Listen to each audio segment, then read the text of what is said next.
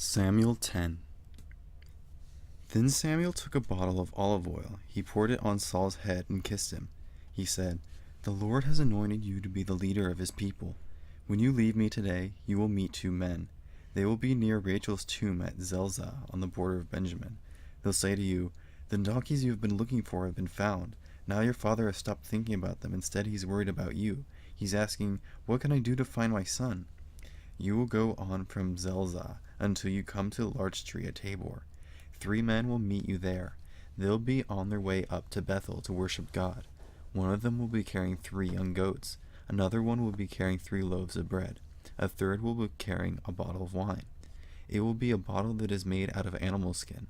The 3 men will greet you. They'll offer you 2 loaves of bread. You will accept the loaves from them. After that, you will go on to Gibeah of God. Some Philistine soldiers are stationed there.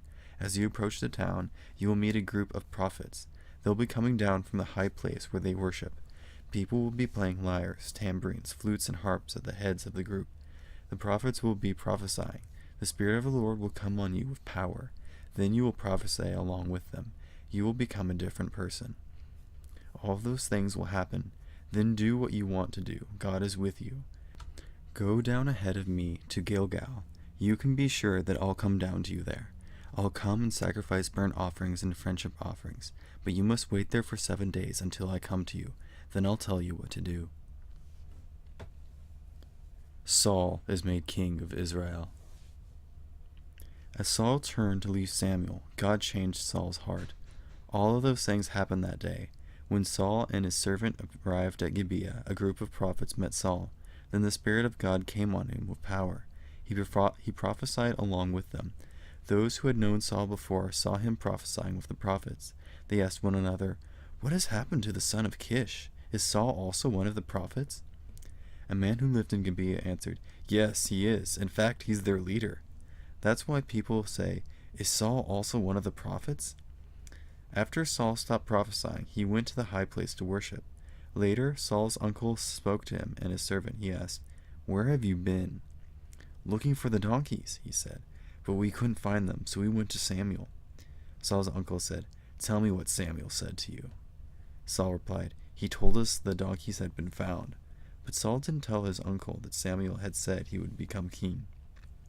Samuel sent a message to the people of Israel. He told them to meet with the Lord at Mizpah. He said to them, "The Lord is the God of Israel. He says, 'Israel, I brought you up out of Egypt. I saved you from their powerful hand. I also saved you from the powerful hand of all the kingdoms that have beaten you down. But now you have turned your backs on God. He saves you out of all your trouble and suffering. In spite of that, you have said, 'We refuse to listen and place a king over us.' So now gather together to meet with the Lord. Do it tribe by tribe and family group by family group."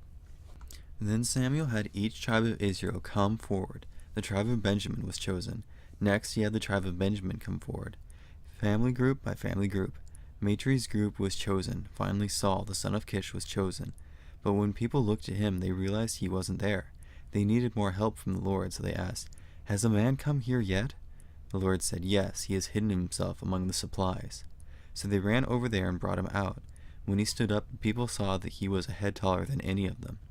Samuel spoke to all the people. He said, "Look at the man the Lord has chosen. There isn't anyone like him among all of the people." Then the people shouted, "May the king live a long time." Samuel explained to the people what the king who ruled over them should do. He wrote it down on a scroll. He placed it in front of the Lord in the holy tent. Then he sent the people away. He sent each of them to their own homes. Saul also went to his home in Gibeah. Some brave men whose hearts God had touched went with Saul, but some evil people who wanted to stir up trouble had said, "How can this fellow save us?" They looked down on him. They didn't bring him any gifts, but Saul kept quiet about it.